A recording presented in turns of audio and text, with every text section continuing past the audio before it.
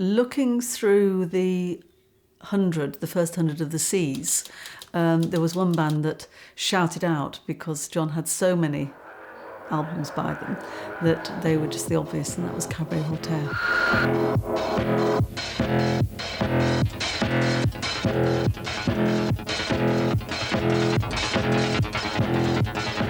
If John Peel played you, that was validation. You know, that meant something.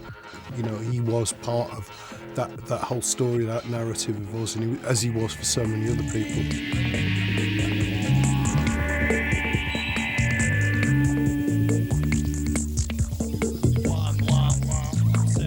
We actually started making music in an attic and around probably about 1974, around that time.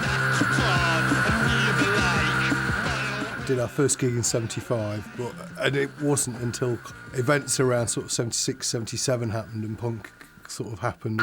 Also at that time, you know, there was a emergence of smaller labels. Rough Trade had started. We were the first UK sort of independent release on Rough Trade, and then we did the Factory Sample as well, which was the first factory record. So we kind of, I guess our path aligned with lots of people doing things that opened the doors for us to make music.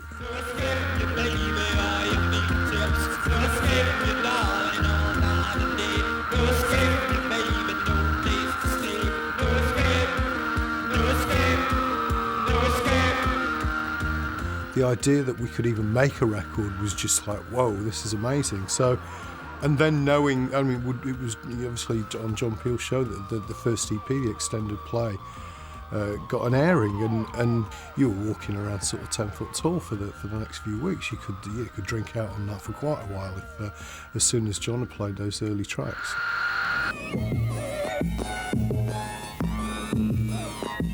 The other morning, a record company promotion person said to me, really like that Cabaret Voltaire track you played the other night. Normally when that happens, of course, you worry. Think, what the hell are we doing wrong? But who cares? Let's play another one, eh? That's where you got to hear other types of bands that you may be into. You know, he was playing dub and reggae, and you wouldn't hear that on the radio, and it was kind of impossible. So all of a sudden there was this big kind of, you know, there's this amazing kind of corpora of music that you wanted to know about. We'd never completely split up, but from the original three members, myself, Richard and Chris, Chris left around 82. Richard and myself went over to Virgin Records, we're on EMI, and we kind of toured. And, you know, we did the last sort of Cabs album that I did with Richard was about, I think, 95, I think. I can't remember exactly. And then, I went over to Australia, was there for a number of years and set up a label over there. As the last truly free voice on religious television. I had my own radio show for years, and I was also a radio producer. I produced a lot of the daytime shows there. Those early days of, you know, John Peel and you know, what BBC was, and, you know, Nightingale, all those people, you know, love of radio was kind of embedded in me, so it was great.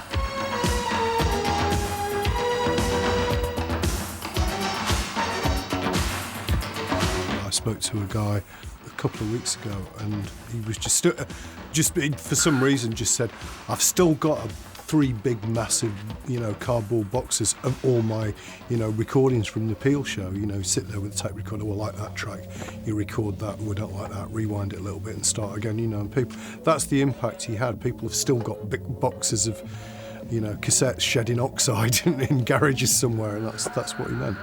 Music culture, you know, wouldn't be what it is today without John. That you can certainly say.